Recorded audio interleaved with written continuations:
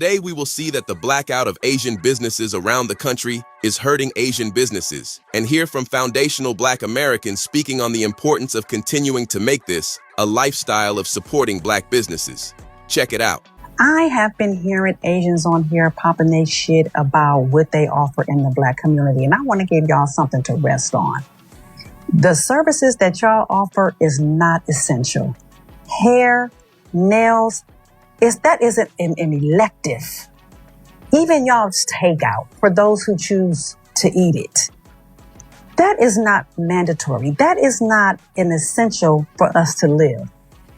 We patronize because we want to. And as far as the beauty supply, the only reason why y'all got it on lock is because when some other community tries to come in and open up a beauty supply, y'all start threatening the supplier. Thank God there have been some Black-owned beauty supplies that have been able to slip through the cracks. Y'all are not special. And even when it comes to these nail shops, y'all own every corner. So it's easy to just hop out your car. If one is closed, you go full, you can go down to the next one. That's the only reason why y'all pop the way y'all do. That is it. But we got our own Black nail techs who are making themselves known. Washing machine and dryer, really?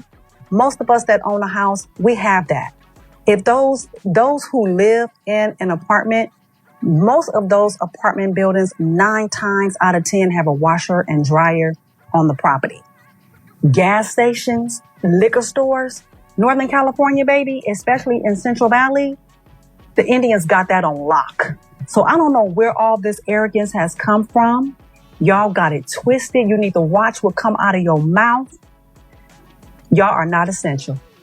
Not at all. Now put that in your pipings. This Cracker Jack right here, he was talking to y'all.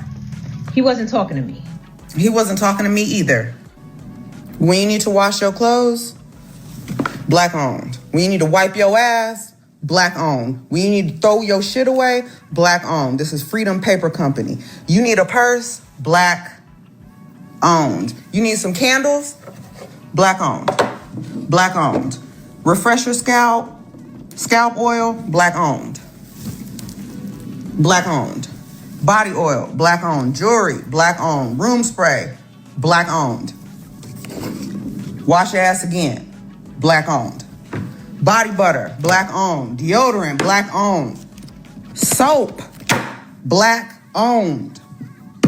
When you want to cook, seasonings, Black owned. Hey, my spiritual sisters, here are my oracle cards, Black owned. Hair moisturizer, Black owned. Conditioner, Black owned. Edge control, Black owned. Bedroom candy, Black owned. Shower net, Black owned. I don't know if this is Black owned, but I bought it from a Black woman. Even my dresses, Black owned.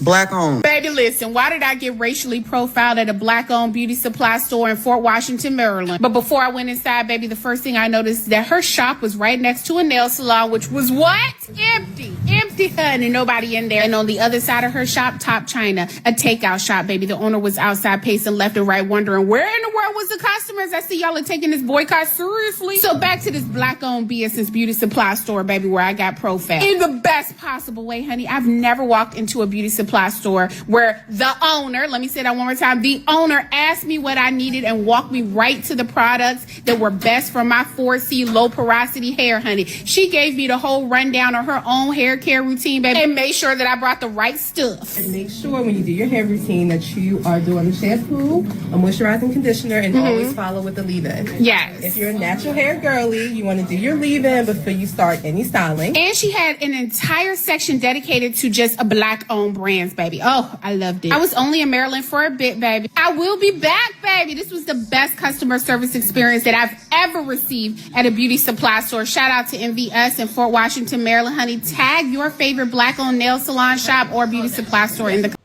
Hey y'all, it's Miss B. I just wanted to hop on here and let y'all know that this blackout is working. There's a lot of people hopping on here trying to say like, oh, it's not working. People are still in these beauty supply stores, and I'm gonna let y'all know that like it was a Saturday and these stores are empty.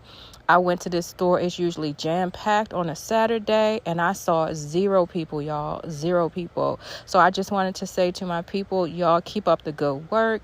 It is working. These people are not getting the business that they have been getting, and it's all because we have decided to work together to make this thing happen. I am so proud of us, y'all, and let's keep it going. It is a blackout. It is a transfer of wealth, and we are with it. Y'all, look at this. Look at this. I don't care what any of the haters are saying online, and I know there are some communities that have not caught up, but I want us to just take a look at this. Look at this. I am so proud of my community. I appreciate everyone who has shared, who has commented, who has just done anything going out in your own communities.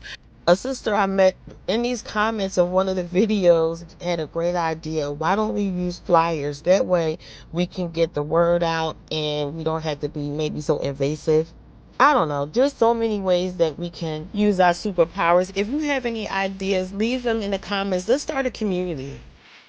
Income, right? Which means more money within the community. More money within the community means less poverty. Less poverty means less crime, is what I'm trying to say. So this is going to be a snowball effect, is what I'm trying to say, right? By shopping at Black American owned business and making sure we redirect. Again, we're not doing anything outside of what we already spending. We're not spending outside of what we already doing anything what we already doing. What we're saying is we are shopping at Black American owned businesses and redirecting our money to our business, and our business specifically 85% of our average monthly income into our business specifically, and 15% into other communities is what we're saying, right? Because it's not about shutting people out. And just to show you how 9% to economically destroy Target, it took 9% to have an economic catastrophic destruction of Target is what I'm trying to say. Imagine 85% of our average monthly income, $1.9 to $2.6 trillion in GDP, going back into our community. Just 1 million. All it takes is 1 million, not 50 million of us. The Asian man that posted that Black folks were so dependent on laundromats, corner stores, whatever else he said, blah, blah, blah, baby, because I was barely listening. He was essentially saying that we're so dependent on them that we don't have any other choice. I don't really know what rock he's been under, but baby, we've always had a choice. Apparently he was under the impression that they can just play in our face and we keep supporting them. He don't know what type of time we on these days. Baby, this ain't the time for that. Apparently he's unaware. He needs to go back and look at the history books, because one thing Black folks love is a double dog dare you type movement. Child, because over the past few weeks, I've watched Black folks do what we do best, baby. Call in the reinforcements. Yeah, as my grandma would say, I'll make a lie out of you. Over the past week or so, I've seen folks post Black nail salons, Black beauty supply stores, Black purse brands, Black bakeries, Black bakeries, Black restaurants, Black child care centers. The list goes on and on, okay? Black farms. We've been doing the damn thing. Baby, y'all been dropping names, email addresses, and tagging businesses all over social media. And baby, I absolutely love this for us, because that's how movements grow. Not just talking about it, being about it. So we ain't just talking about the problem. Baby, we're being the solution. If you know a Black-owned beauty supply store, post it. If you know a Black-owned nail salon, post it. Know a Black-owned dry cleaner, grocery store, bookstore, restaurant, mechanic, pharmacy? You get the point. Baby, post it. Yeah. Let's build a directory without calling it a directory. Let's make it easy for our community to find community businesses so that nobody will ever say that we don't have options. Because, baby, one thing Black folks got is options. I don't know why he was confused. Because every time somebody says y'all need us, our response shouldn't just be word. It should be ownership. It should be community. It should be intentionally circulating our Black The boycott is working because there's nobody in here. today's adventure, we're gonna stop by a couple of places and see if people that ain't supposed to be in there are in there. It was locked. Somebody was crazy.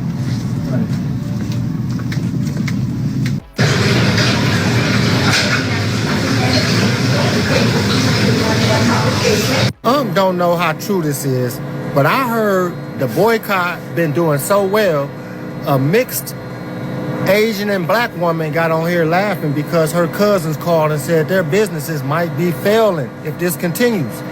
They said they were gonna, Juneteenth is coming this weekend, and they were gonna offer specials and discounts to get people back in their establishments. Don't fall for it. Keep going to Tamika. And at Tamika, if you're doing nails in your house, go ahead and get the LLC jumping. Get you a business banking account, and start doing business like that. Go on, build your business credit. It's time to. Peace and blessings, y'all. So I just want to say, I'm excited about the Black community right now because we're actually taking action. If you know me, I'm always pro-Black. I'm always by Black as much as I can be, okay? But I think as a people, we are reactionary. So when things happen, then we react. So this has to be a permanent thing because we all know people just hate us, and it's a biblical hate. It's a perpetual hate. It's inherited. For someone not to be racist, they have to really not want to be racist. But the great thing is that we have the ball in our court now because we got the money. We got the power. So do your best to buy Black. If you can't find a Black restaurant, Black nail shop, Black convenience store, anything Black, if you can't find it, okay, but just know going in, just know, okay? Because the other day I wanted me some pad thai. And I was like, is Thailand in Asia? I didn't know. I honestly, I had to ask somebody. I had to Google it because I didn't know. Because I almost went against what I'm talking about right now. So y'all stay strong out there. Stay Black. I have a prediction concerning the Great Blackout or the blackout of Asian American businesses. I have a feeling that what they're going to do is start to move to the back, and then you're going to see more of the Latino community at the front facing parts of their businesses, and some continental Africans. But once they see this decline, you're going to start to see the face of their business be more Latino people.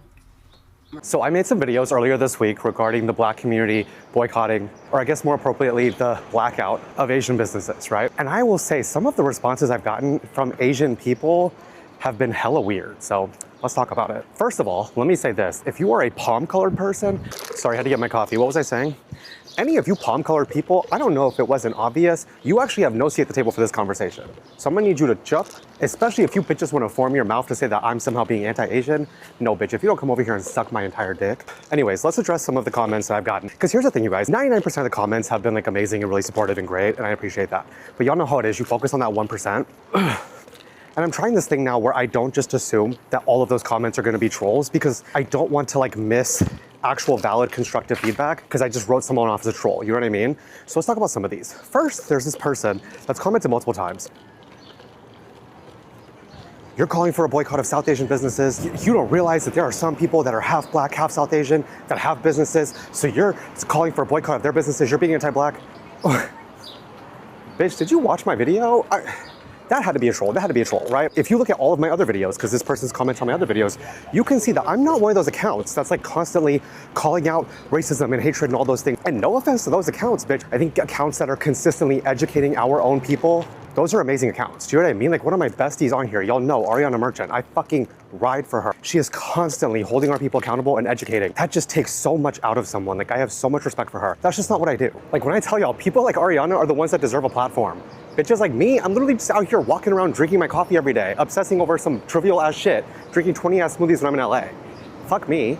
The thing about me, I'm never gonna shy away from any of these topics, and if I feel moved to talk about them, I will. Anyone who's been following me on TikTok for a while, you already know. The thing I'm starting to realize, maybe Instagram is not as strict as TikTok when it comes to some of this content, because y'all, when I pop off on someone, last year I got 3 strikes in 1 week on TikTok, so I had to cool it on some of this content. But anyways, back to the focus. I get comments on my other videos of me just like vlogging, going around, getting my coffee, and they're like, oh, boycott Asian businesses. I'm gonna go support a black influencer. 100%. More black influencers need to be supported. But bestie, if you watch my video in full and then you comment that, you're not helping to suppress me or boycott me. Do you know what I mean? I'd rather you just block me and then go actually put your money where your fucking mouth is and go support black creators. Please. There's so many amazing black creators that have no support that need it. But I'm willing to bet you don't actually care about supporting black creators, do you? You just wanted to dunk on me.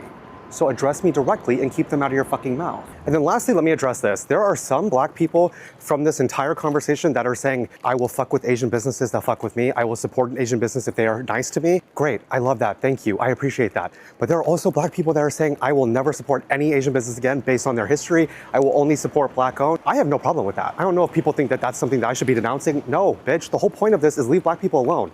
Let black people have their feelings and let them make their own decisions. We are not entitled to their business, we're not entitled to their money. What are you not getting? Jesus Christ. Oh, bitch, I lied. I got a couple more things, actually. Next, the virtue signaling.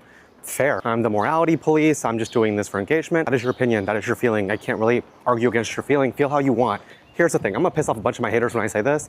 Last month, I got 2 brand deals. And I got paid for them. One of them was net 30, one of them was net 15. It's 2026, fucker. The thing about me, I'm well aware that I can make videos like this, pop off, they'll get so many views. On Instagram, my first video about this entire subject has like, I don't know, 500,000 views right now. If I wanted to just get a shit ton of followers and engagement on every single video, I would continue talking about these things. I only talk about them when I feel compelled, when I feel like I have something to contribute to the conversation.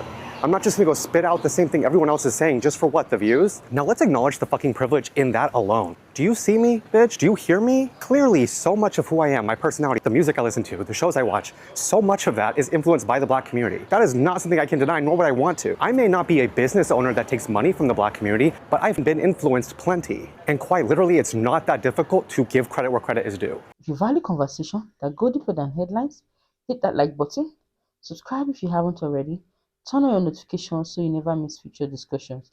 This channel exists because of you, and conversations like this matter because you engage. Thank you for watching. Stay informed, stay compassionate, and most importantly, stay active in the dialogue. I'll see you in the next one. Bye-bye.